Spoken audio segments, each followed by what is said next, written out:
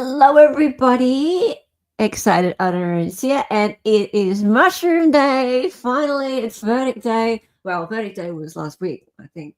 But I didn't want to talk about the verdict until I had our special guest here because we haven't really been able to talk about much with the mushroom case because, and we're going to find out in a minute exactly how the suppression order worked with the Australian court case, what sub judice or sub judice or whatever it is in Australia, how that rule works, and how we live in a fortress here in Australia and we can't really talk about anything and we have no free speech. But we love it here. We love the government. And unfortunately, Erin Patterson has been found guilty of the murders of Ian Wilkinson, Heather Wilkinson. Heather Wilkinson. I can't remember their names now. That's terrible. I'll bring in my guest. The three and the attempted murder of Ian Wilkinson because he survived. It's been a while. All right, let's bring in my guests. Not my guests. My guest, because Dali's not really a guest. Can't unmute your guest. Good Lord. There we go. You're not a guest. Hey, That's going. good to be here. Ping's here. Welcome, Ping. Hey, thanks for having me. I appreciate it. This thing's been going on so long I can't even remember who the goddamn victims are. It's Don and Gail Patterson and Heather and Ian Wilkinson. That's right. And Ian's the one with just the guts of steel. Apparently. Who managed to make it through. Yeah, he had a liver transplant and it took. Actually, Don had a liver transplant too and it failed. Also, no, it didn't take. They gave him one and apparently, so he sort of died from that, but he actually died from the mushrooms, like killing his system first. So that could have been a good defense. Like he didn't actually die from the mushrooms; it was from the liver transplant. I think it's sort of like semantics, right? Yeah. Because like what actually killed him? It's basically comes back to the mushrooms originally. So yeah, it'd still be murder one. Yeah. Or yeah. Look, I'm a fake defense attorney at heart. You play one on the internet. I play one on the internet. Yeah. Oh, a cat. Yeah. Okay, so can you not pull all the cords out? That would be really good. Looks like my orange cat. Look at him. He's going to be 19 this year. 19. Wow, it's a pretty 19. cat. He's a good boy. He's a very good boy. Hey, Twiz. Yeah, look at him. All right, guys, I need to introduce you properly to Ping. This is Ping. His channel is Nights with Ping, and his channel is pinned to the top of chat. Make sure you sub to him. Ping has just been through a marathon effort, and I have to say, well done, Ping. I could not have done what you just did. Yes. And that is sit in this cold courtroom down in Leongatha, Victoria. Morwell, was it? On Leongatha? Morwell. Yeah, Morwell. Morwell. Yeah. For 40 days, was it? Yeah, about 40 days. The verdict took about a week after that. So the last day of court, I think, was day 40. And then the jury was sent away to deliberate. And after that, streaming each day. And let's not even go as far as just the streaming. He took notes, like deliberate, very strong notes of everything that happened each day. But he had to tell chat that they couldn't talk about it. Tell us about that. So when you have a live Australian case, you can't have any opinion whether it's the person presenting it or the people in the chat. Otherwise, it could be sub judice or contempt of court, because there were people during this trial that got in trouble, not for what the host said, but for what the comments were in their chat or on their TikTok or Twitter or whatever, and they were directed to remove that content. So. Right. Okay. So that you found out about that how long into doing it? Because I think people were commenting a little bit when you first started, right? No, like I knew from day one. So Right. the Supreme Court gave us a briefing, and they gave us a whole bunch of like documents to read through, and they're like, "This is how you report on the Supreme Court." and Mhm. I knew it. I just think because my viewership heavily slants towards the US, Yeah. they're not super familiar with this concept because in No. the while you can report, they sort of apply it slightly differently to the way Yeah. we Mhm. do here. Here, they apply it to just everything. It's like it just the entire court case, but over there, it's sort of a bit more selective, and you really have to Very be very different. extreme in the way you do things to piss off a judge over there because they're so used to the free speech. Oh yeah. Mhm. Not here, though. Not here so much. No. No, we don't have a First Amendment here. No. And Well, and the no, courts are so more strict about what information is allowed outside in public and Right. what you talk about. That's right. Unlike here, where if you give an opinion, you could. The way they see it is that you could pollute a jury. Yeah. So yeah, taint. if you, yeah, that's it. That's how they see it. If you undermine the jury and then they can't find a verdict or they find the wrong verdict or somehow influence it, you're probably looking at jail time. So, yeah. The way I understood it, and I'm obviously wrong, is that there needed to be an actual court order to stop people from talking about it in the public outside of the court, and that the only people that were bound by sub judice were the people who were actually involved in the case, kind of like a gag order, right? I'm So not sure.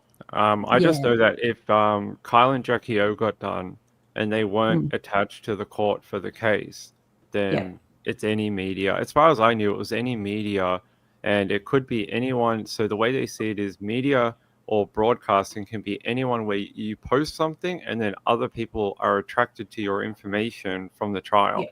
So if you post something on Twitter and then they're like, oh, I think this and that, then you're broadcasting to someone, and in the internet age, that's sort of how they see it. So But maybe that was the case. That was his order for this particular trial. Um, I'm not I'm sure, not sure. maybe, Yeah, but maybe. I don't have anything on that, but it could Um, be. But for example, with Lemon versus Network 10, Hmm. people were allowed to comment. People did comment. was that for a civil case though? Bench. It was Yes. civil, but Mm. he put out there was still sub judice that was uh, attached to that case, but it was for people who were witnesses. No jury, though. Interesting. Yeah, but then again, if you streamed the trial, and Yeah. someone did, Some because there people was a did. court order for that, someone got actually dragged into court. Yeah, so Um, there's like a whole section of their website about when they do offer a live stream, like you can't mm, rebroadcast and X, yeah, Y, and Z, and they really take that seriously. So I'm not sure if this was Justice Beal specific for this particular mm, court case, but whatever it was, they took it extremely seriously. So yeah. But also, there's another thing to consider with that one is that was a bench trial, so there was no jury to be tainted. right, right. One. I do like the word taint, by the way. Anyway, let's get into this one. We've got questions for you because Oh, okay. we have questions for you because here's the deal. We only got to see bits of it, as you can imagine. You got to see everything. Yes. Yep. Yes. I think, based on what I have heard, and it's only just this little bit, that she should have been done for manslaughter. I don't think that, based on what I saw, that they proved intent. But you may be able to tell me why they proved intent. I don't know. But I'm someone who gives people the benefit of the doubt. I'm just someone who I like people. I think they're nice. I like to think the best of people. I don't think you're far off. For half of the trial, I really thought that this might go for a not guilty verdict because the circumstantial evidence was not very strong. It was sort of like it could be explained away. It was like, oh, she might have been over here, she might have been here, maybe she picked some mushrooms, but when she hopped on the stand and the prosecution got a hold of her, it flipped that case. And I think that really sunk her defense. I think if they didn't do that, it would have been more of a coin flip decision at the end. But her deciding to go on the stand and give evidence, I think that really changed everything, at least in my opinion. Okay.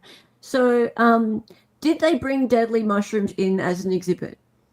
Beautiful Waterfall says. No, they didn't bring in like live mushrooms and they're like, here is some death cap mushrooms. No, they didn't do that. They didn't have like the medical examiner taste them. No, they're not like, here, everyone, pass it around, touch it. Yeah. Well, look hey, how I've seen much. medical Look how much examiners. it looks like a normal mushroom. See, Mandy should have done that, right? I have problems with Mandy. And by the way, just before we get into Mandy for a second, I want to show you something.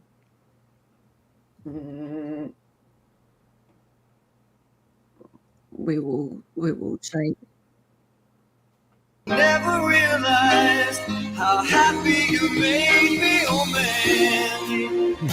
You came and you gave without taking, but I sent you away, oh man.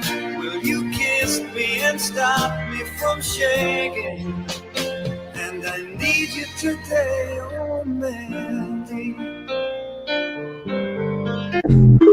Yeah. Anyway. That's pretty funny.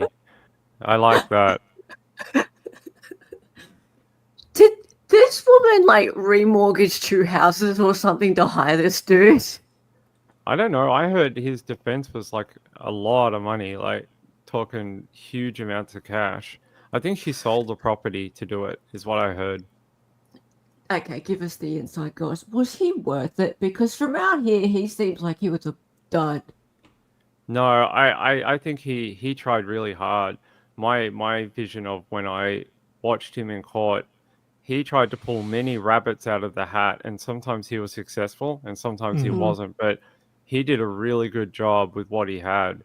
I think he had an uphill battle from the start. And personally, I don't know if he's worth the money as such, but I think he worked with what he had, and he really, like, throughout the trial, he really tried to put holes in the prosecution's theory. It just didn't work, and you can't.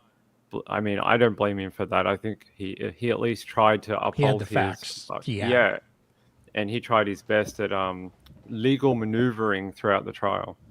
Okay, here's my problem with him, right? So he put his client up on the stand, or knew he was putting his client up on the stand, right? And she testified to a really important piece of information, a couple actually, but 2 really important pieces of information. One of them was that she had an eating disorder, right? And she vomited up that lunch.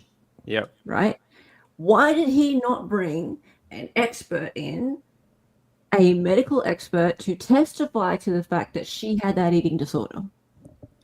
Yeah, I don't know. The defense really didn't call anyone besides Erin Patterson, and They didn't. that is a really big piece of evidence. So she said after the lunch with the beef Wellingtons, she ate or scoffed, like I don't know what the word is for bulimic people, Scoffed. but scoffed. But binged, I think is the word. Yeah. And then she ate all the cake, and then she purged it later. But under the prosecution's questioning in that regard, she couldn't tell them when it happened. So the prosecution's like, did this happen an hour after you ate the cake? Did it happen 5 hours? And she was like, oh, I don't know. I can't remember. It happened at some point. And they're like, well, was it before dinner, after dinner? Was it in the early afternoon? And she just wouldn't narrow down that time frame at all. What are these words, David? How are you, David? David, if you wanted to pop on and ask Ping anything about the court process that he just witnessed in Australia, that would be fine. David's an attorney in Michigan. We think. And a good friend We of haven't ours. verified. I saw him in my chat a couple of times too. Yeah, he did. Yeah, he did. Anyway, so I'm not a lawyer though, so don't be asking me legal questions. Like he doesn't care. Like he thinks I'm a lawyer. He specializes in nipple law. Nipple He does law. specialize in nipple law. Yeah, based on It's the nipple best type size. of law. Yeah. You might. Oh, cool. All right. So that was one thing that really pissed me off. He knew he was going to. He should know what his client's going to say when he asks Yeah, her a question. Yeah. He I puts agree. his client on the stand. He's supposed to be a senior counsel, right? Like he's supposed to be a very knowledgeable, like high level barrister, Mm, a silk, right? yeah, He puts her up on the stand. He should not be asking her anything that he doesn't know what the answer is going to be. And so he knew that she was going to say that she has had this eating disorder her whole life. She testified to it at length, she did. right? Yeah, And yes, so I was fully expecting him to bring in an expert to corroborate that, and he did not. Yeah. That's a Yeah. problem, right? So the day that evidence came out, we were just talking about it in chat. We didn't care, right? And I remember there being people in my chat going, "She's not bulimic. She's too fat." Right? yeah. Now, I mean, Also, I one guarantee you that is exactly what some of the jury would have thought. Also, possibly. People I don't will- understand. no, that is true. You're right. But I think she was a lot skinnier back then too. I Doesn't think matter. has she, well, no, I understand. I'm just Yeah. Oh, yeah. saying, yeah, she's gained weight since then too, so none of that was explained to the jury. Maybe. But people with eating disorders do not have a shape and size, right? Yeah. And a good specialist or expert in this field will testify to that, right? Yeah. So I just do not get why, as her attorney, lawyer, barrister, did not get somebody to come along and go, "Hey, I have spent time with her. It's been 2 years that she's Yeah. at least a year and a half since she was arrested. Why she has not had someone seeing her, giving her therapy, interviewing her, ready to testify in court to the fact that she's had this eating disorder and that absolutely is possible that she could have vomited that day." I think there's also pissed me another off. problem. If you want to go along this line of preparedness, when the prosecution got a hold of her for the cross-examination, her go-to answer was, "I can't remember," and that doesn't sound like someone who's well prepared for. And I really think it was that questioning that sunk the trial for her, because like I said before, that it was a bit of a coin flip. But I think her fact that they painted her as a liar early on, and then when the prosecution tried to pin her to things, she was just like, "I can't remember." I don't think that's conductive to the jury believing her, and they basically may have walked away and just said, "Oh, we don't know what to believe." The only looks people that brought evasive. anything, the people that brought anything were the prosecution. So we have to go with what evidence we have. Absolutely.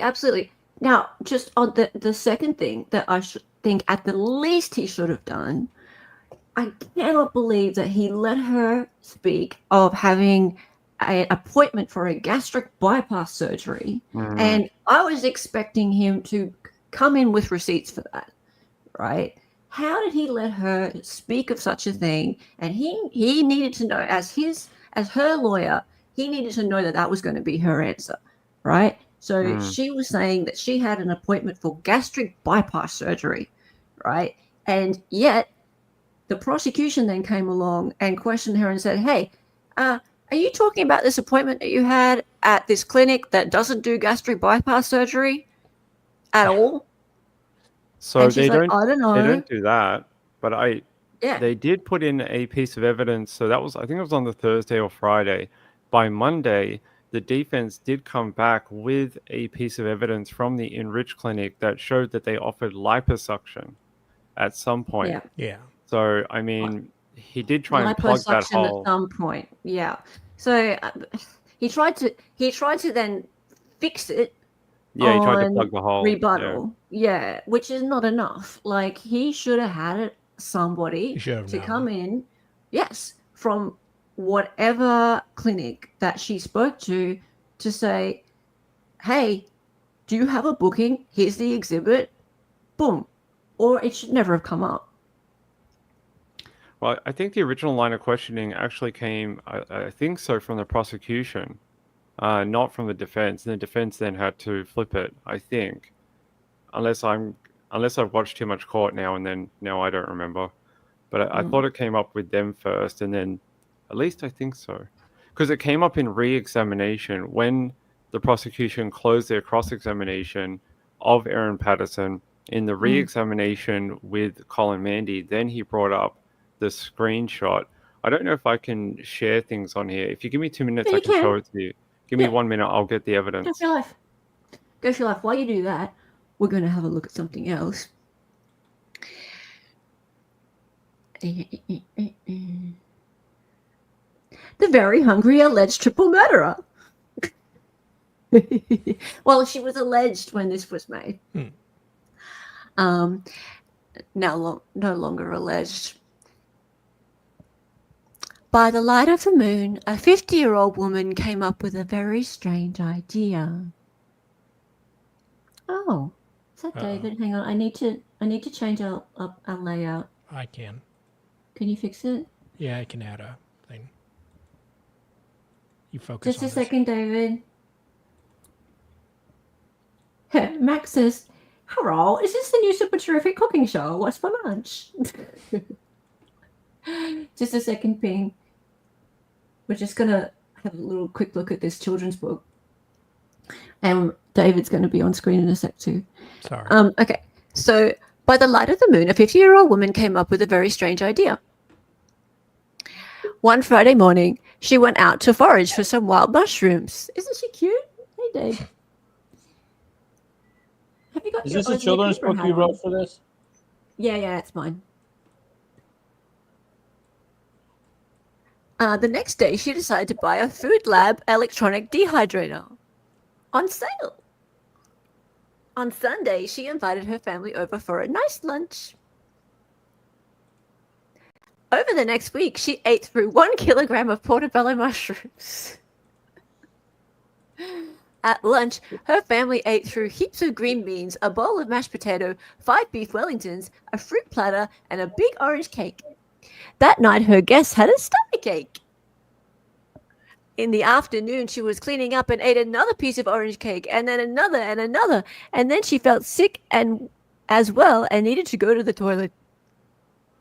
That night, her lunch guest felt very sick and rushed straight to hospital. The next day was Sunday again. She hit the factory reset button on her mobile phone and threw her dehydrator into an e-way spin. Is this the new book from Corey Richards?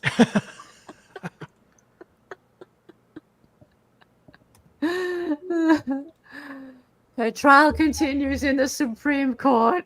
And someone mentioned that actually looks like Justice Biel. A little bit. All right. So what have you got to show us, Ping? And also, hey, David. Hello. Hello. David, meet Ping. Ping, meet I David. have questions. Do you want to ask, actually, before we do share screen sharing, do you want to ask a couple of questions? Well, Sure. well, first of all, so I listened to part of her police interrogation or whatever we want to call it, and I found her story to be somewhat credible until the point where she started talking about how these mushrooms came into her possession in the first place. Was she ever able to testify credibly to that? Sort of. The defense's case was that she was into mushroom foraging dating back to the pandemic, and that this was a habit that she picked up during the lockdown periods in Victoria here, where we were only allowed out for 1 hour per day. So during these 1 hour walks, she would take her kids to these nature reserves and things like that. And then she kept seeing these mushrooms, and she has a fondness for them. So she started picking wild mushrooms after she thought she could ID them and taste them. That was her evidence, is that it grew from there, and that she would pick them and dehydrate them and then keep them. And they ended up in the lunch that way. Let me ask you this. Did anyone else testify that that was her hobby that she developed during the lockdown? No. Okay. And they had 4 years of a group chat with her and her friends online. I think it was like 40,000 Friends. messages. Yeah, friends. And not one message about foraging mushrooms was in there, including when she bought the dehydrator and showed them the dehydrator in that group chat. She never mentioned about foraging for wild mushrooms. Okay. Is in Australia, are they required to prove a motive at all? No, it wasn't an element. Okay. So I imagine there wouldn't be because it's developed from English common law, the same as ours is. Yeah. But I was just wondering if they ever presented any sort of motive, because it just seems like a weird crime. Not only the way she went about it, but just given the who ended up dying seemed to be weird. Was there a motive ever presented? No, so in opening statements, the prosecution said that you may come away from the trial wondering about a motive, and then Justice Beale, in his charge to the jury, told the jury that sometimes motives are only known by the murderer or the perpetrator, and not by other people. So it wasn't presented. Okay. All right. Very odd. Did she have any witnesses besides herself to testify? No.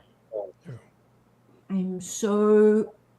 This Colin Mandy dude, like I swear, when he first got hired, people were like, "Oh, she got the best," you know. He got so chalked up, and then he let her say a bunch of shit on the stand that he couldn't back up. He did not back it up. Okay, so I'm here's the annoyed. thing. A lot of people are like, well, that's not evidence. That's just what he says. Well, what he says is evidence. Okay, what all witnesses, including the defendants, say is evidence. The question is if it can be bolstered by somebody, it lends to the credibility. All we're doing is we're weighing the credibility of all the evidence that we see. I don't care if it's a video, if it's someone else's testimony, a doctor, whatever it is. We're weighing that evidence. And the more you can have to support your already existing evidence, which is your testimony, the better. So that's why I asked that. I mean, her testimony is evidence. It's just flimsy and unbelievable if there's Self-serving. Well, it's self-serving, so that leads to the biasness and the credibility to begin with. The fact that they went through 4 years of text messages, even including the dehydrator with no mention of mushrooms, is odd. And I think that leads she mentioned to mushrooms. She just didn't mention foraging. Yeah. She didn't mention foraging. She loved mushrooms. She loved the mushrooms.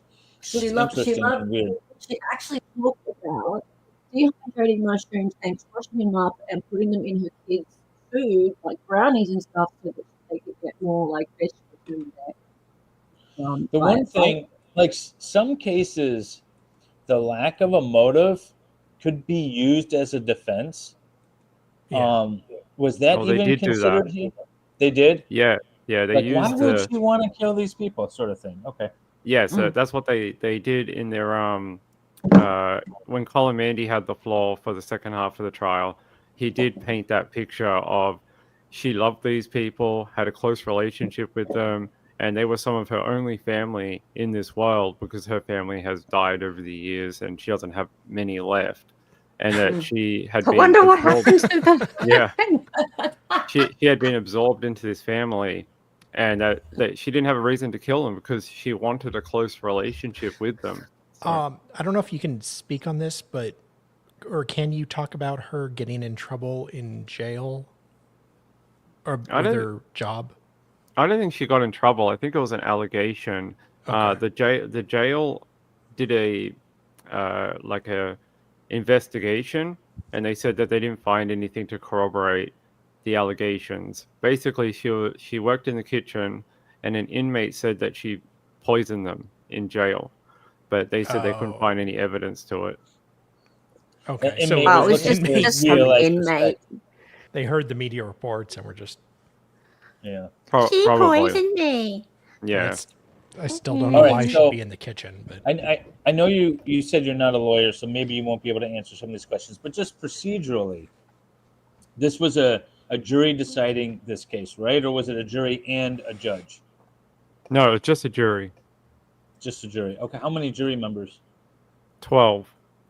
All right. And 12 in the does it- verdict, but they had others, like alternates that went away at the end. alternates, okay. And does it Same act kind of Poor like similar bastards. to our cases where you have where the judge is really like the gatekeeper of the evidence and cross-examination, direct examination sort of thing? Yeah, he basically is like the director of it, and he was like, if you think of like an orchestra, and he's trying to make the court case move along and get stuff done and timing, and it's your turn now, and Very slowly. very failing at slowly. his job. I kind of It want to go went to for- Australia just to go to a court trial proceeding. Ping, tell David how long it was. It went for 11 weeks till we got a verdict. Yeah. And how long was it between closing arguments and the jury even starting to deliberate? I don't know, 2 weeks, 3 weeks. I can't remember. Why? Why? Why? It's a question we all have. That makes no sense. Okay. My theory is the judge owns the local hotel chain. Yeah. Keeping all the journalists paying money. It did really well for tourism in the area. Cost me a fortune to stay up there. I think every week that I didn't stay, I only stayed for the first week in the area, then I commuted. But the first week cost me $1,100 for 6 nights. The prices were insane. Because it's, So did you hot sit ticket. in every day? Yep, every day. Nice. That's very cool. The yeah, it's very interesting. Why so long for this particular trial? I think when Erin Patterson took the witness box, is what we call it here, the stand, I think that extended the time frame, because then you had to have the re-examination and the cross-examination. That added a couple of weeks to the proceedings. I don't know why the prosecution did well. They closed in like a day. They were very quick. The defense took like 2.5, 3 days, and then the judge's charge was like 4 or 5 days. With 5 So, days for the I think it was charge? something like that. 4 days, 5 days, something like How that. long are your jury Wait, what's the instructions? judge's charge? Is that just So, the instructions to the jury? Instructions to the jury, yeah. Took 5 days. 4 days, something like that, yeah. God. Can they And then- do they get a copy of them? Yeah, they do, yeah. What a It's like a essay, phone a book. binder? Like, Can it's like this you thing. get a copy? I have a copy, yeah. Ooh, are you able to share it? I'm not allowed to share You're able to it. lug No, it home? You're not allowed to share the No. jury instructions? no. Fascinating. So when it's given to us and solely to us. Like, I can report on it and say things on my show, which I did. I think I did most of it. But we're not allowed to hand out any bits and pieces. How many pages is it? I'm not sure. I can check. If you give me 2 minutes, I'll Yeah, check. like a George R. R. Martin novel, or You see, he held up his fingers like this. I mean, how much jury instructions do you need? I mean, even- sometimes when we do jury instructions in Michigan, now mind you, it's not a murder case, but what I always say is put as many zeros behind it as you want to make it sound interesting. It's the same piece. It's the same instructions, as far as reasonable doubt and duties and how to interpret witnesses' testimony. And here's the verdict sheet. I mean, it takes maybe if you're really stretching it and you want to be careful, an hour. I can't imagine 4 days of it. From what I heard of the reporting of his jury instructions, he pretty much went over the whole case. Like, he talked about, well, this happened, but you can't infer whatever, and I think. All right, I so feel like Very the odd. more instructions you give, the more you're influencing the jury's outcome. So we Yeah. always try to minimize the instructions to the extent possible. We don't give an instruction if we don't have to. How many So pages? I checked into it. It's not numbered, unfortunately, where I can give you a number.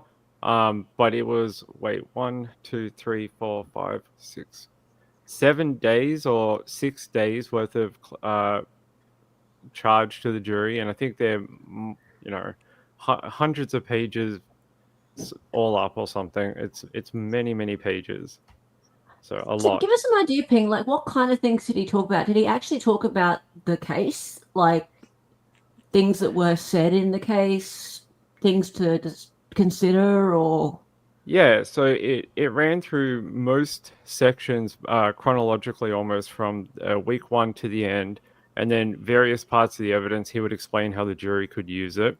Then he talked about things like circumstantial evidence, how that's weighed versus hard evidence, or whatever they call it, like the opposite of circumstantial.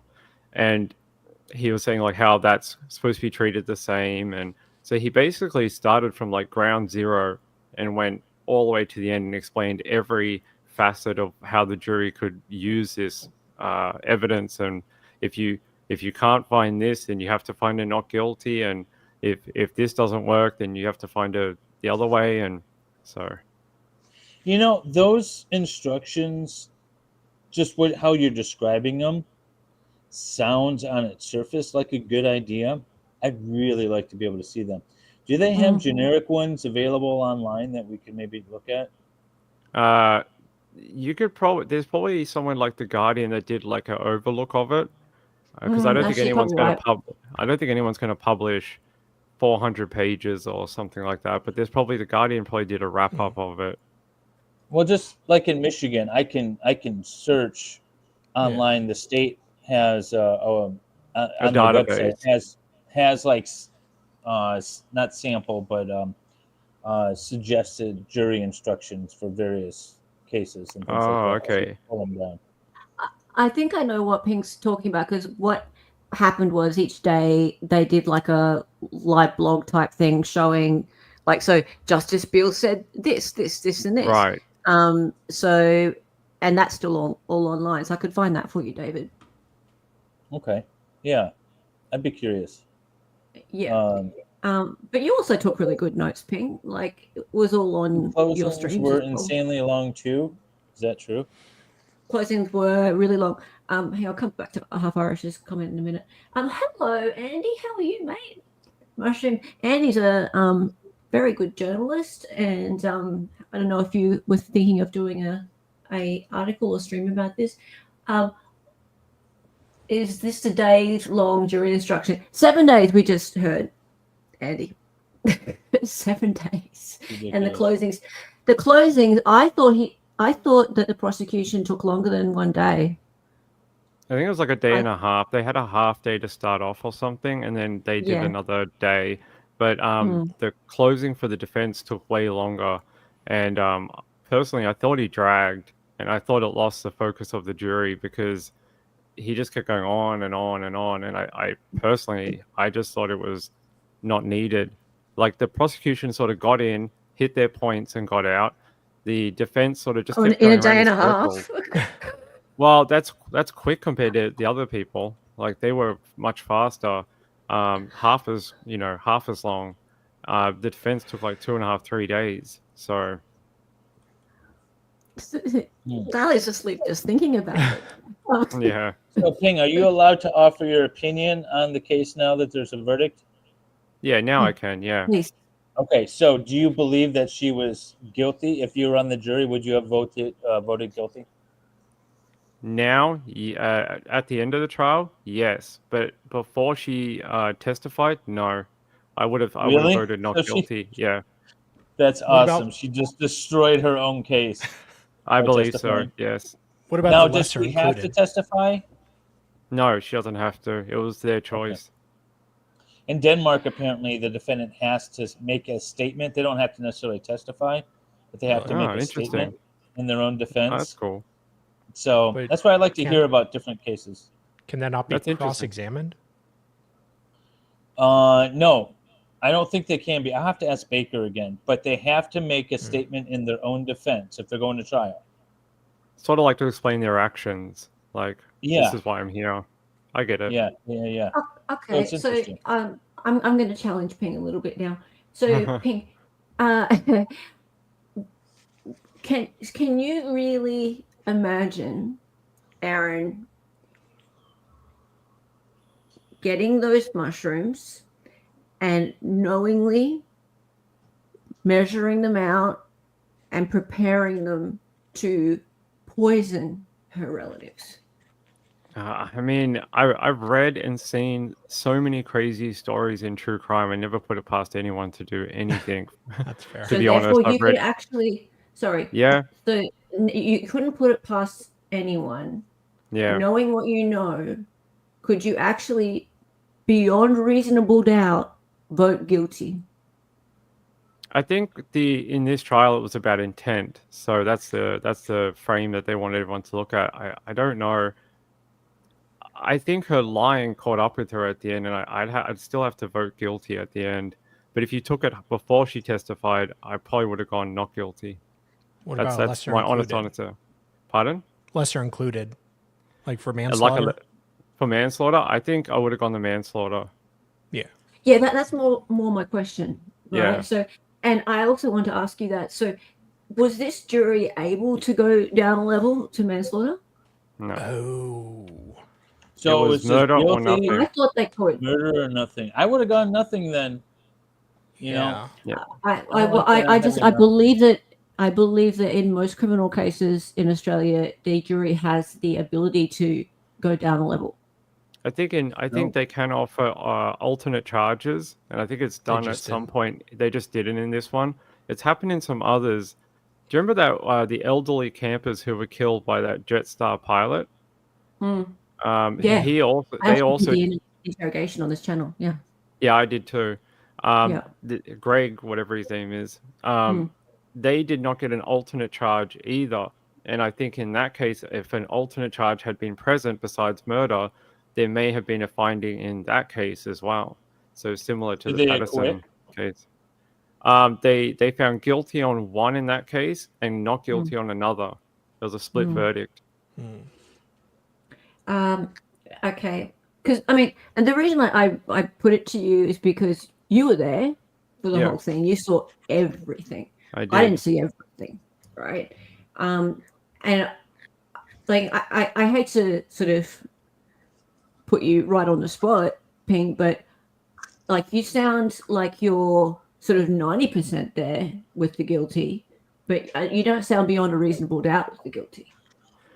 I think the circumstantial evidence and then the no replies from Erin throughout the trial, like especially with her evidence and then the cross-examination, I think it added up to the end of someone who couldn't explain their actions. And I think that weighed heavily. And I think if you were telling the truth, you would be able to recall things like where these mushrooms were bought, even just generally. Like I bought them on this street. At least that's something, not half of Melbourne. You know what I mean? Like she only bought them like a few months ago. You could recall things like what day you bought the ingredients. Like she didn't say that. And when the health inspectors were contacting her, she was bluffing, like pushing them off, saying, "Oh, I'll talk to you later. I'll do whatever." And she wasn't helping them with their investigation. Then when they called, that's all right. Sorry, didn't she also like destroy her phone and to like delete messages and stuff? Phone A, yeah. Yeah. Okay. After the phone was in the police custody. Yeah, she that wiped was it. actually kind of hilarious. That was smart. Well, she succeeded, didn't she? She succeeded. Yeah, she did. But that phone had nothing on it. That phone B, was a brand new phone. It didn't have any evidence on it. Phone A is the one they were looking for and never found. That is the one that had a lot of evidence on it, they believe. But they forgot to like shut the phone off. And Matt, so corrected me, by the way. Hey, Matt. Hey, Matt. So I feel like a lot of the prosecution's case was centered around her being a liar. Yes, right? it was. It's very much this build up of evidence of her being a liar, and this whole thing about the cancer lie, right? It's not good look for her, right? It was a terrible look for her right from the start. So if she lied to her in-laws that day at that lunch about her having cancer, that does not speak well for her integrity as a person. No one likes a cancer liar, right? Yeah. So from all these other things about her, all these things about her having issues with her in-laws, with her ex, etc., body issues, people can relate to that. A jury can relate to all those things. They all know somebody who is like that in their life, right? Even they could even relate to her panicking when people get sick after a lunch, maybe, and doing some stupid stuff, right? But no one can relate to a cancer liar, right? So that's really, for me, I think the thing that the prosecution used to take her and put her into another category of hateable. Yeah, and I think they worked on so Colin Mandy was trying to build her credibility and likeness on this when she was giving evidence, and the prosecution worked to like destroy her credibility, even though I think she did it partially herself with not being able to answer questions and a bunch of other stuff during the trial. But that was the prosecution's main aim, was to shoot holes through her credibility, and I think they did a good job of that. Yeah, but then again, the cancer lie, assuming it's a not lie, good. assuming it's a lie, assuming she wasn't feeling like okay, so here on this channel we had thought for a while that she's a hypochondriac. I think possibly, yeah. Yeah, and she talked about being this Dr. Google kind of so someone who looked up Dr. Google a lot and just like diagnosed herself with stuff, and the kids as well, right? So assuming that she wasn't of the opinion that she had some lump and so therefore she was about to die, right? So there's a difference between outright lying and having some mortal beliefs that, right? So there's maybe she is like Belle Gibson and a cancer scammer, or maybe she's just a nut job who lies, right? That doesn't make you a mass murderer. I mean, if you want to talk about the medical evidence, the cops called every hospital in Melbourne that she was ever associated with, trying to look for these appointments that she was talking to Gail Patterson about. And they could, like, Gail Patterson was concerned about her, writing her, going, "How did the appointment go today? Are you okay? You know, tell us that you're going to, you know, if you need any help or whatever." That sounds like a woman who's very caring for her, you know, estranged daughter-in-law. And the fact that the prosecution couldn't find any of these appointments for any of these health issues was, I think, very, you know, illuminating to the court. For all those people that just like to lie or, you know, indiscriminately lie, this is the problem that you create for yourself, is that this woman could absolutely have been telling the truth and nobody's going to believe you, ma'am, because you lie about all this stupid shit that doesn't matter. You're right. I want to talk about the digital evidence for a minute, because I had a huge problem with the digital evidence. And I don't know if it just was the way it was reported. So I want to ask you, you saw it for yourself. The telecommunications? The cell site stuff. Yeah, okay, yep. Yeah. Okay, so they had someone come in, a cell site supposed expert, come in and say that her phone pinged in, I think it was Lock, which was where I think it was Funky Tom uploaded a photo to iNaturist website showing there was a tree that had some death cap mushrooms there. Now, pinging in an area of a rural area, I'll speak in American terms now, that pretty much takes you down to about a 25-mile radius, right? You can't put someone where a tree is. Right. Wait a minute. Use miles. What do you guys use? Like kangaroo leaps? Yep, that's right. Yeah.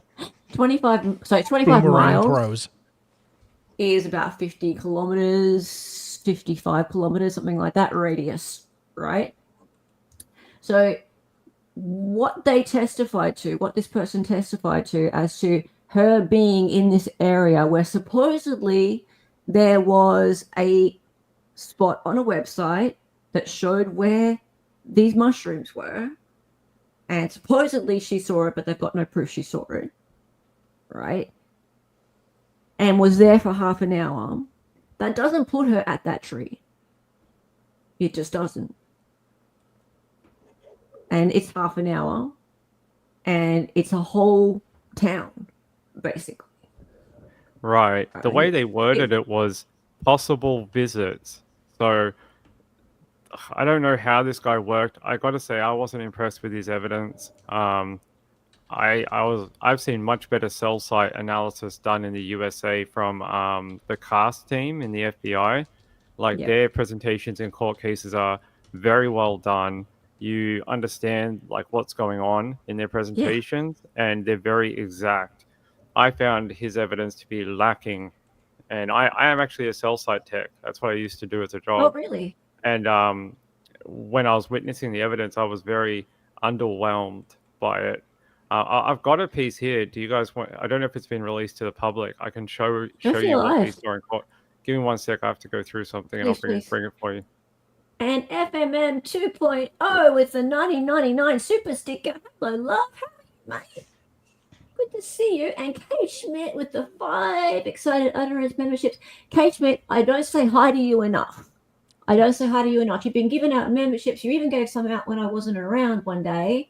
Thank you for all of your support. I just love you. You're awesome. Thank you. Objection, show the shrooms. Maybe Ping might be kind and show us a couple of the shrooms when he gets back. That'd be awesome. I know he has some shrooms. I know he's holding back on the shrooms. I know he is. That's interesting that he does cell site work. I did not know that. I could have guessed that he's an IT dude. That doesn't surprise me at all. So I don't know if you guys. Hang on, I have to change. You guys share it. I've uploaded it.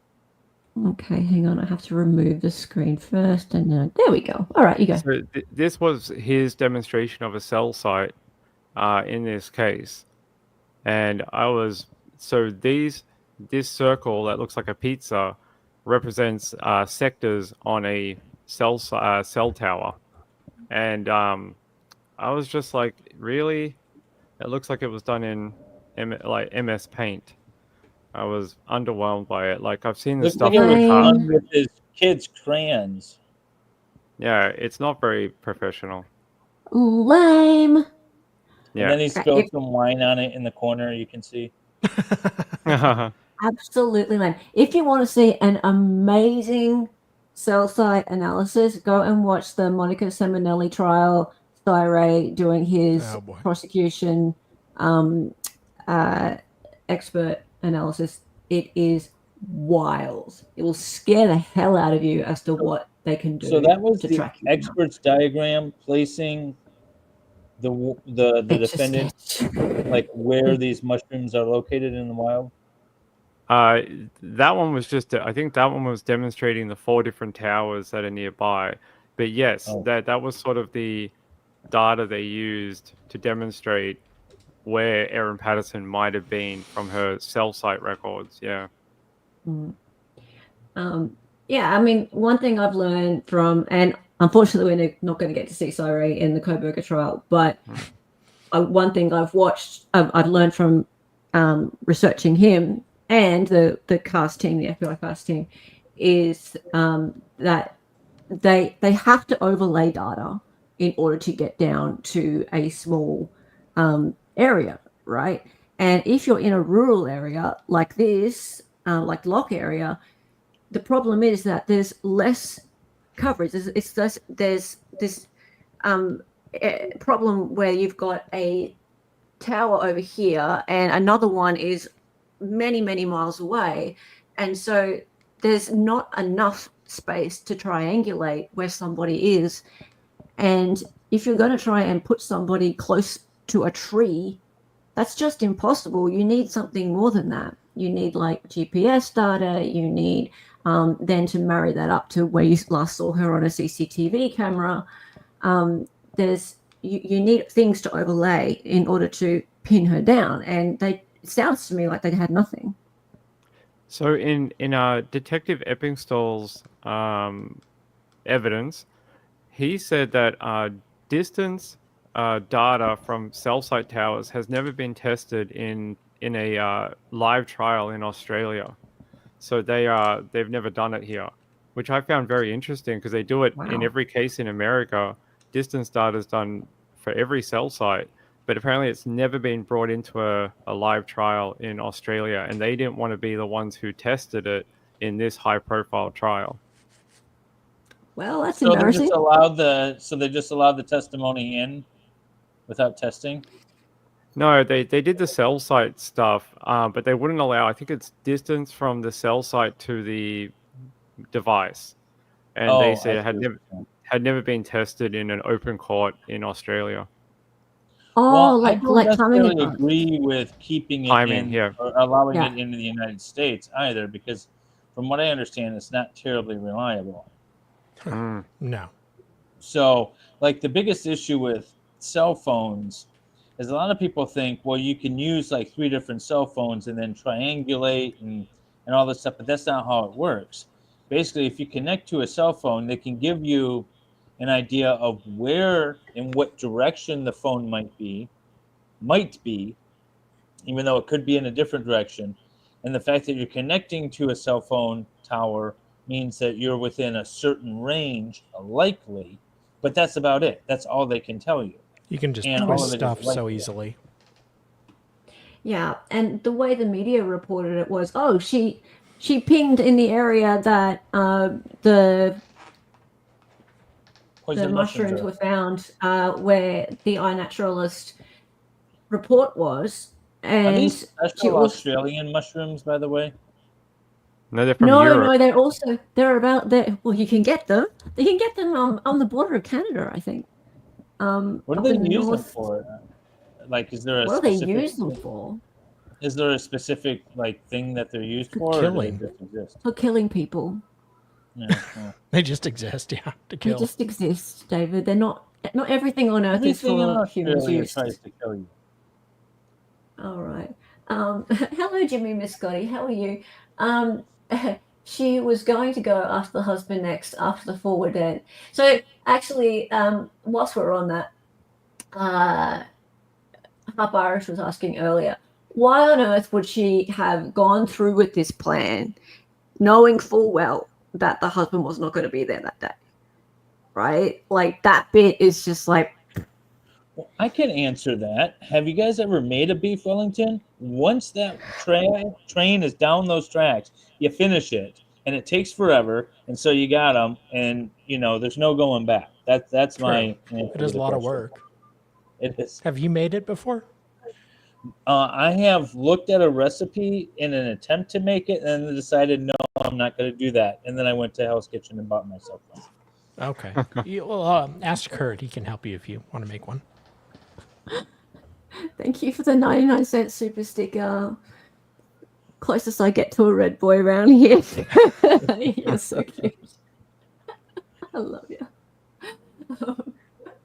Kurt's recipe. Kurt does have a recipe, doesn't he? He does, yeah. People are asking for some shrooms. Can you show us some shrooms? Anything? Come on. I can. So do you guys want to want see some Death Cat shrooms, baby. mushrooms Yes. Oh, on her yeah. dehydrator? Oh, baby. I want to see what not to eat. So there you go. There's Death Cat mushrooms, Okay, as the so- mycologist said that he identified these as Death Cat mushrooms on the dehydrator tray in Erin's kitchen, where she is weighing how many grams it is. There's tons of them. Yeah. Let me ask you this: are there other mushrooms Don't document are your freaking crimes, by the way. generally edible that look like that? Yes. A lot. They just look like normal mushrooms. No, like- they don't. They look weird and They white. I would do. never eat those. No. Two or three of the most common types of mushrooms that people do eat, it's easily, my understanding, correct me if I'm wrong, but it's easily mistaken for good mushrooms. I was just reading that. Oh, Max, I always have to look away. Oh, my God. All right, look, okay.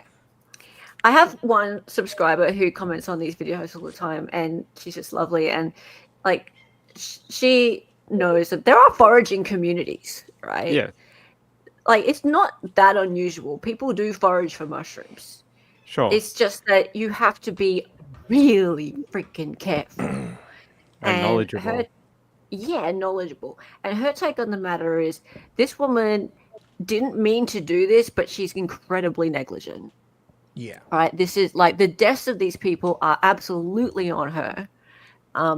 But come on, like who goes and does something like this without knowing absolutely what the mushrooms were that she was picking? And then who goes and puts them in a dehydrator and puts them with a bunch of other mushrooms that she went and got from somewhere else and forgets? Yeah. So, like, it's just incredibly negligent. So she definitely deserves some sort of punishment for that. Did she also eat them? Yeah, well, she had lunch with them, right? But her contested. defense is that she vomited. Yeah. Yeah. Wow. P.S. We had another theory the whole time, Ping. Yeah. Did you hear what our other theory was? Yeah. I didn't hear anything outside of the trial. We were so We had this. We were so coping. We had this other. Dolly, do you want to tell me? well, we thought that perhaps she had been exposed to the toxin over time. Kind of like what a Princess Bride situation. And because she had eaten it over time, she built up an immunity. And so she was also poisoned, but it just did not affect her the same way. So you're saying like she was microdosing over like a 2-year period? Yeah. Interesting. I don't know if it's valid. We asked a biochemist we know, and he did not think it likely. But Yeah, Yeah, he has a channel called Biochemist, you know. yeah. Yeah, I have a funny feeling that if you just ate one of these, you'd be presenting to hospital with some sort of severe symptoms. So Well, she did present to hospital. She felt kind of sick. And went to her kid's school and came back and went to a 7-Eleven or a BP and bought food and drove in it for an hour. She pooped in a doggy bag.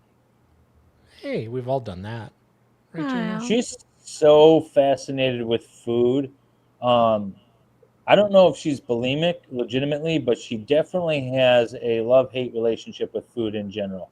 Like she was, Yeah. you guys were talking about how she was overweight. She was probably thinner. This woman, I guarantee, struggled with weight her entire time, and food was her nemesis. But she absolutely loves it and loves cooking it, and her life revolved around food. Yeah, and mushrooms.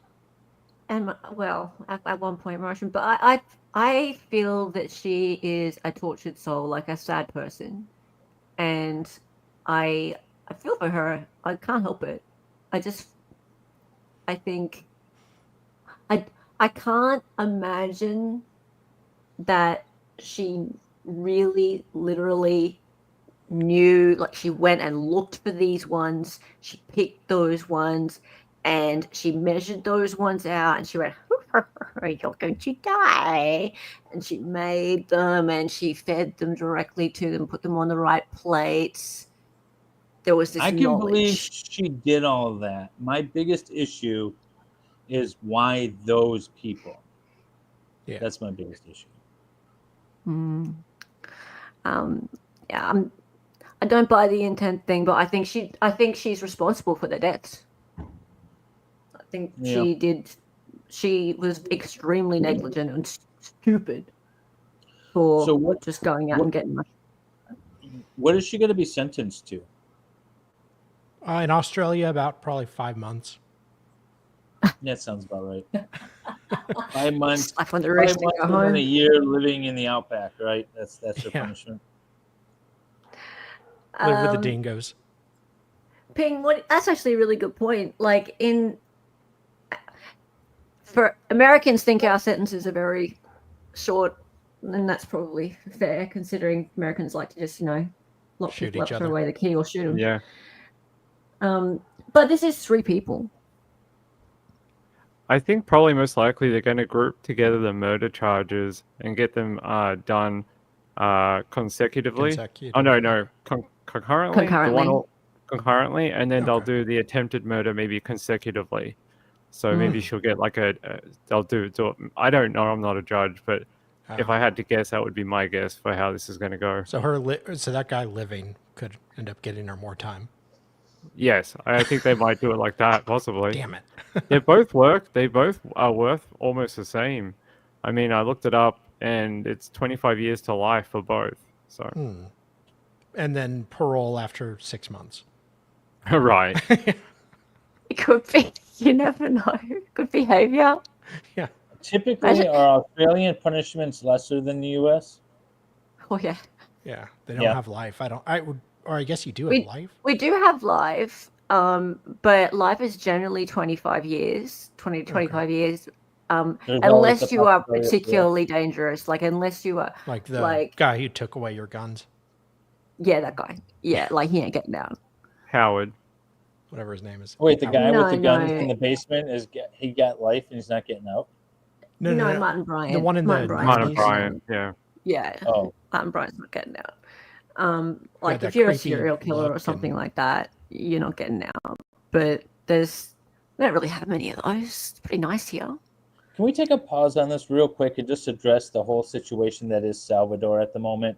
What is going on with the headphones, man? Your camera's zooming in and out. There's like red warning signs going up on your camera. What is happening to you, man? What? I was adjusting my camera. Okay. And the headphones? I gotta get some new ones. Okay. It's on All my right. list. There was a whole thing going on there. I had to I address. was wondering if anyone would notice.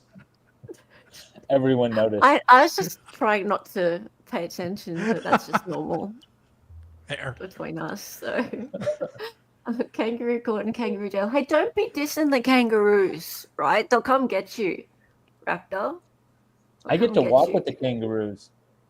I'm going to go to the Detroit Zoo, and they have kangaroos just hopping along the trails with you. Oh, really? That's right. Yeah. That's nice. Do you punch don't them? get punched. No, you're not supposed to. Is that why They you've can got punch your you, silly though. hat on? Huh? Is that why you got that silly hat on? This is my summertime hat. You're It's sailing. like breathable. You can see through it. Right. I'm on the island. I'm waiting for my wife to arrive from her little sailboat race. Lindy, what she tells she them. bought a dehydrator so she could dry them and keep them. It was not an accident. That doesn't mean that killing them was... Why is buying a dehydrator make you a murderer? Well, I They're don't think dumb. it does, but the prosecution says that she bought that dehydrator the day she picked the death cap mushrooms, and only on that day. But if she didn't know they were death cap mushrooms, that doesn't make I know, it intentional at all. I'm not saying that makes it guilty. I'm just saying that's what the evidence was brought up. Yeah. I mean, So she's never. it's all on how you in frame theory, it. She never dehydrated any of her prior mushroom scavenger hunts. She never dehydrated any of them. No, she did dehydrate some normal mushrooms after she bought it. She dried the ones from the supermarket, but that's the only other example I have. We do have photos that date back to, I think it's 2020, of her picking wild mushrooms. I have those photos of her picking random, I don't know what type of mushrooms they are, because they were never put to a mycologist at the trial, and they came in very late in the trial. No, they came in very late. It was like a week before closing arguments, and they were just shown to the jury, and it was to go with the defense was saying that she had a history of picking mushrooms and wild mushrooms, and it was supposed to go towards that, but I don't know. I can show it to you if you want. Yeah, that'd be great. All right. Harry Potter's beard said, I missed it when Googling death cat mushrooms. Damn it. Now, I had said along the way, if they can show me like actual Google searches of her looking for death cat mushrooms, if they can show me her actually visiting that iNaturalist website and seeing that page that showed where to go look for the death cap mushrooms. And there were two, I believe. There was one from Funky Tom and one from that other lady. I can't remember her name. But there were two geolocations where it was like a map for her to go find them. Right? You don't believe the evidence? You don't believe the evidence where they said that she looked at the iNaturalist website looking up a page about death cap mushrooms at Bricker Reserve in Moorabbin, and then like a minute later ordered dinner from the same computer for the family. And they said that so that was when she was at that pub, right? Yeah, Currumborough pub. Yeah. So did they have her actually going to that page? Yes. I didn't see that reported at all. Yeah, so she went to that page, and then straight after that, a dinner was ordered. It was for delivery, so they didn't go to the pub. It was delivered to their home, and they're saying that shows. And they asked her about this, and they said, "Well, was it you?" And she said, "It could have been anyone." And then they said, "Well, who was in your house at the time?" And she says, "Well, me and my children." And they said, "Well, are you insinuating that it's your children?" And she says, "Well, no." And they said, "Well, who is it then?" And she said, "Well, it could have been anyone." And that was her answer.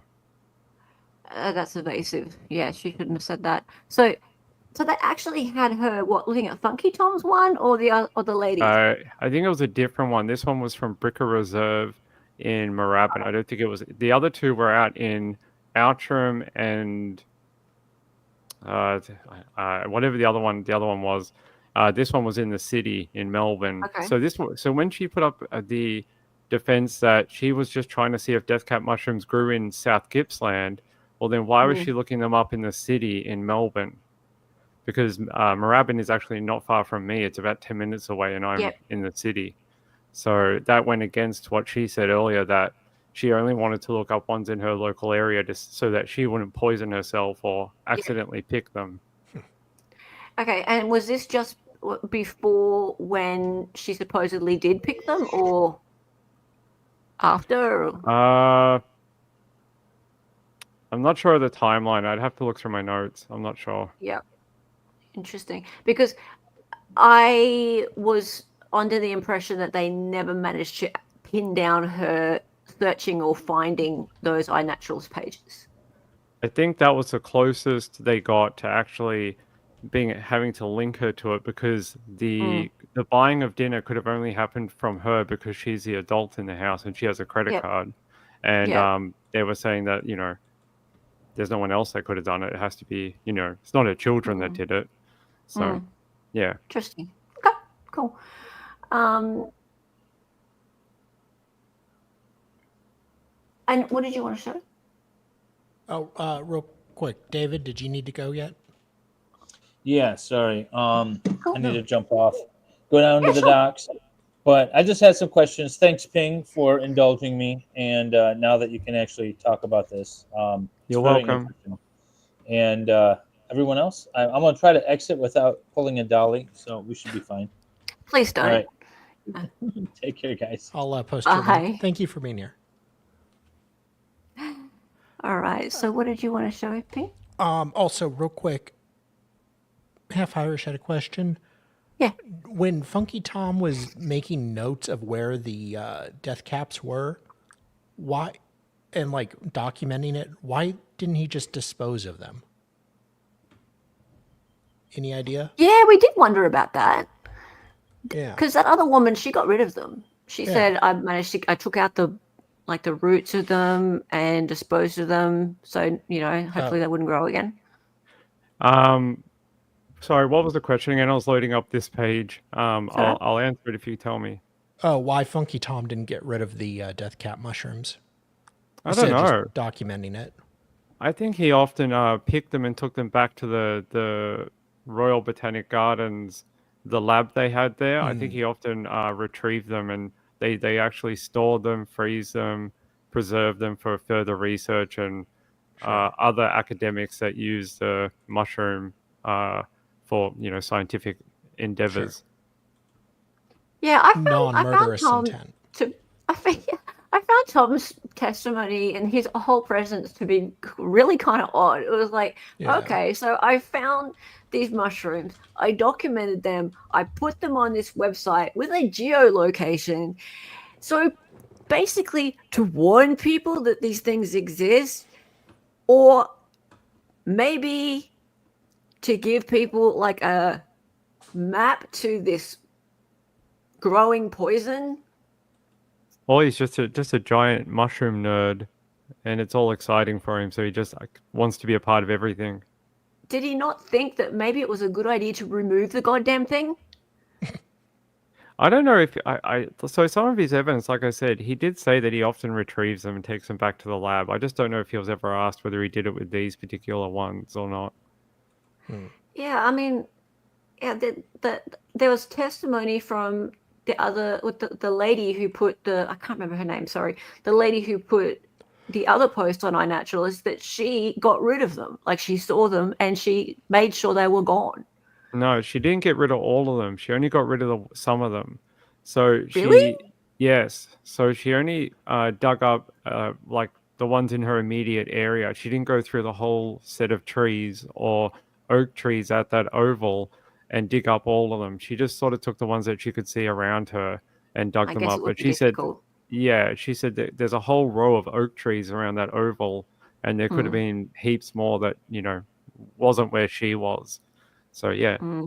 Yeah, I guess it'd be difficult. But, I mean, yeah, I mean, on one hand, you're documenting something, and I suppose it's of scientific value and curiosity.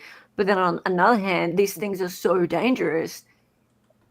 Is there something to consider now about putting a map to a poison up on the internet for somebody to go and find? I mean, lots of things are poisonous. So, like, you can go to the supermarket and buy 50 different objects that if you eat it, do stuff with it, it's poisonous. So, I mean, the rate of death cap poisonings in Victoria are so tiny, it's minuscule on the population. moment. So, at the moment, if it increases, we'll talk about your bans on mushrooms, all right, Hella? I like mushrooms. I'm not scared of mushrooms, but my family should be. Anyway, sorry, did I say that out loud? What are you showing us? So these were found on an SD card. When they raided her home for a second time in November of 2023, they found this SD card that had some photos of Erin picking other wild mushrooms. So these are all different photos that they found on that SD card. So I have no idea. She did pick other wild mushrooms. She just didn't go out looking for the poison one. Wow, this we don't know what these are. They were never put before a mycologist at the trial, and I don't know what they are. I'm not a mycologist, and these could be poisonous ones as well. The prosecution claims that she only had an interest in mushrooms, the wild ones, for the poisonous effect.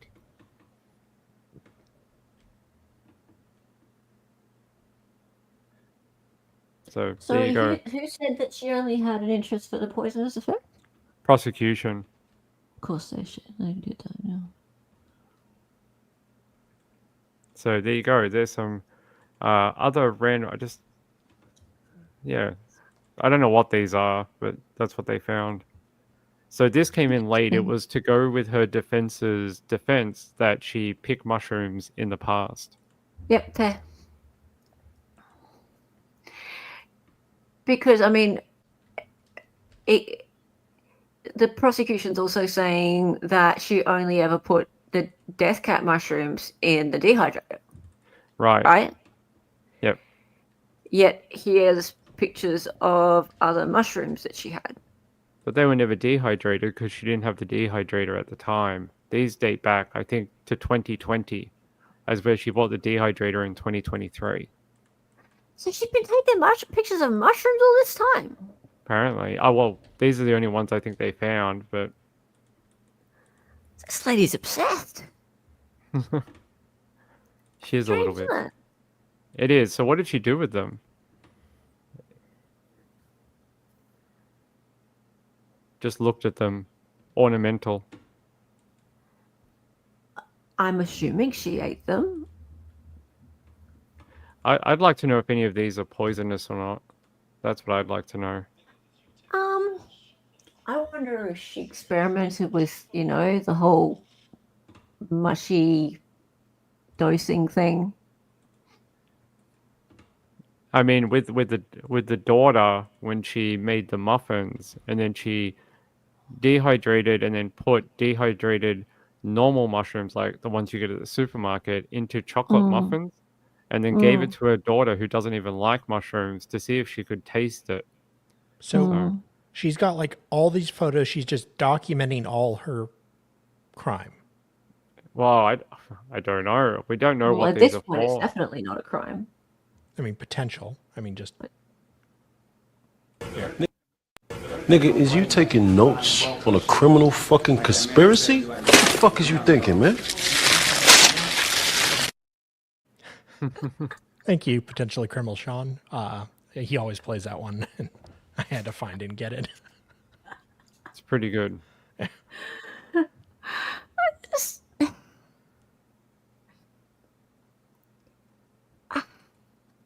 I'm so I'm so torn. Okay, I want to ask you something, Pink. Sure. It's so hard to make a judgment when you weren't there, right? Right. And from what from what has been reported by media, it sounds like she came off like she had a bit of an attitude. She did. I agree. She did, but Yeah. did she have? Okay, so she didn't present well on stand, right? Thought she presented well when her defense was talking to her, but when the Oh. prosecution was talking to her, she was very snarky, sarcastic, pushed back on a lot of things. Yeah. Yeah. Damn it. That's the thing. It's like when I heard her explanation, that was obviously on direct. It's like, damn, like that's a lot of reasonable doubt there, right? Like she sounds like she's responsible for it, but it's not intentional. It's it's there's an explanation there. Like she's nutty. She's definitely someone who is like she panics. She's had problems throughout her life, but there doesn't seem like there needs to be. I know motive doesn't need to be proven. However, there needs to be intent, and Well, that's there what they doesn't said seem. the trial. Yeah, That's what they said the trial was based on. Was that it wasn't in contention that there was death cap mushrooms, wasn't in Yep. contention whether people died. It was whether Erin intended to kill or seriously harm them. Yeah. And for me, like the biggest thing that stood out for me is that how did she not get like seriously ill? She got a little bit ill, but not seriously ill. And for me, that was still waiting to be explained. And if she vomited it, okay, you've answered something for me. Right? So I mean, I've known people with bulimia, right? And I know that they can empty their whole stomach, right? Like that's possible. And I also know that they don't have to look like a stick figure. They don't have to be 18. You can have a 50-year-old bulimic, right? Sure. So that part finally was like, oh, that was a moment for me. And it also added up some of the lying behavior as well, because people who have these disorders, they lie a lot, right? Sure, they have to hide Before- their thing. Yeah. because they're ashamed, Yeah. right? Similar And so to, she like, drug started use. to exhibit, it's just like a drug addict, right? It's a very similar pattern of behavior. And that's why I was just waiting for her defense to come along with a psychiatrist to explain all this stuff, because her patterns of behavior started to just click, make sense when I heard that, right? And I was like, damn, okay. But then she, on cross-examination, started to act like a bitch, right? And I was like, damn it, girl. Like, why are you doing this? Like, I think that the jury could have bought into your story. I really do. But it sounds like you're just sitting there going, nah, can't remember, yeah, and rolling your eyes and that kind of thing. And then your attorney did not come up with the goods either. So, I mean, I agree. what do you think about that? I think if if she'd been better prepared for the cross examination and had like answers that were just as believable as her defense when he was asking questions of her, if it had ran like that with the prosecution, maybe her chances would have been better. I think with her whole being snarky, not answering things, saying like I can't remember, which the prosecution labeled later on, they were like, how come she can recall a memory from 5 years ago? But can't Yep. recall simple things that are about the biggest thing going on in her life, which is this murder trial, but can't remember details about anything, which you would think he'd be like, I know everything. I'm going to defend myself. I'm going to give them all the details. And she just didn't. And then was just like, I don't have a memory of that. I don't know. And she just repeated that over and over again. So, Yeah.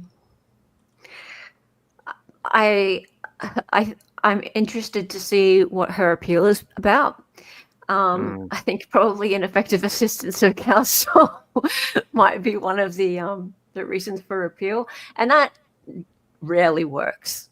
It rarely I works. I heard mean, I heard a legal expert on the weekend say that because of Justice Beale being so detailed in his charge to the jury, and because it took so long, that his charge is basically appeal proof. That there's no way she can get an appeal through it. And that was from a legal. I think he's like a legal professor, yep, like at a yep. university. So Well, I mean, appeals are for losers, and they hardly ever get up anyway. yeah, it's hard. I mean, unfortunately, because I spend so little time on Australian cases or researching Australian cases, I used to be with a lawyer here, but showed not as much interest in the Australian stuff as I did in the US stuff. I don't know if much about post-conviction relief or investigation, how that works. Usually in US, in post-conviction investigation, you can look at new evidence if there is any. But I'm curious to know what her appeal is going to be about, but that'll be a long way away. I'm really thankful to have had a chance to talk to you, Ping, because For sure. I wanted to know that inside view of how she presented and also how the lawyers presented as well. Do you think that the jury warmed to either of the lawyers more? Yeah, the prosecutor didn't seem too friendly. No. I don't think so. I don't think either of them won over the courtroom at all. Nanette Rogers did a great job. Same with Miss Lenthal and Miss Warren, but I don't think any of them were really like a charm offensive in the court. They basically just relied on their details. I don't think there was any darling of the courtroom or anything. Were you there Yeah. for raw deer or whatever you call it there? Wadia. So yes, but it's something we can't talk about, unfortunately. But yes. Okay, fair. No worries. That's fair enough. What are you going to do now? Ping, have a holiday? I haven't had a holiday. I hope to have a holiday coming up probably in the next couple of months. I don't know what I'm doing next. I know next year I'm going to Samantha Murphy, the trial down here for Samantha Murphy's killer in the Supreme Court. And then I have Isla Bell, the murder of Isla Bell. That trial will come up next year sometime. I'm looking for something for the rest of 2025 right now. I haven't seen anything I really like, but I we'll think a find lot something. of people are. Yeah. I think we got hosed with the whole Koberger thing. So content-wise, Someone did anyway. that. Yeah. Cool. All right. Thank you so much for being here, Bing. It's been awesome to have you. First time ever. First time ever. Thanks for having me. Yeah. I appreciate it. Everyone, make sure you subscribe to Ping and say hi in the comments as well, and make sure that you are subscribing. I have his details in my description as well. Thank you. Throw it into You're chat amazing, And yeah, we'll do this again. Yeah, if you have more Mhm. questions as we go along, let me know. There's like over 120 bits of exhibits, so I'm still running through a lot of them, and there's probably more things that you guys might want to see. I hope I answered at least some of your questions today. For Yeah. sure. But you're still streaming on this, right? Like you're still releasing more information. Yes, so I've got probably, well, with 120 exhibits, we've still got a way to go, but I'm trying to throw some other stuff, American true crime in there too, just to break it up a little bit. Fair Nice. enough. Fair enough. But yeah, that's the place to go if you want to go and see all the details. Ping's releasing it all, and even go back and have a look at some of the recent streams because you've got exhibits that you've been showing and information you've been Yep. releasing. So that's where it all is. Go over and have a look. Thank you. Absolutely. Thank you for being Thank you. here. Okay, time for the song, everybody. I know you've all been waiting for the song. Her name was Helen. She was an Aussie. She was a fake lawyer from the future. She got on YouTube and made some live streams. Her co-host is Donnie and she dances sometimes. The words are always so loud and because she's an 803. To be certain, excited ignorance. Her cat is staring for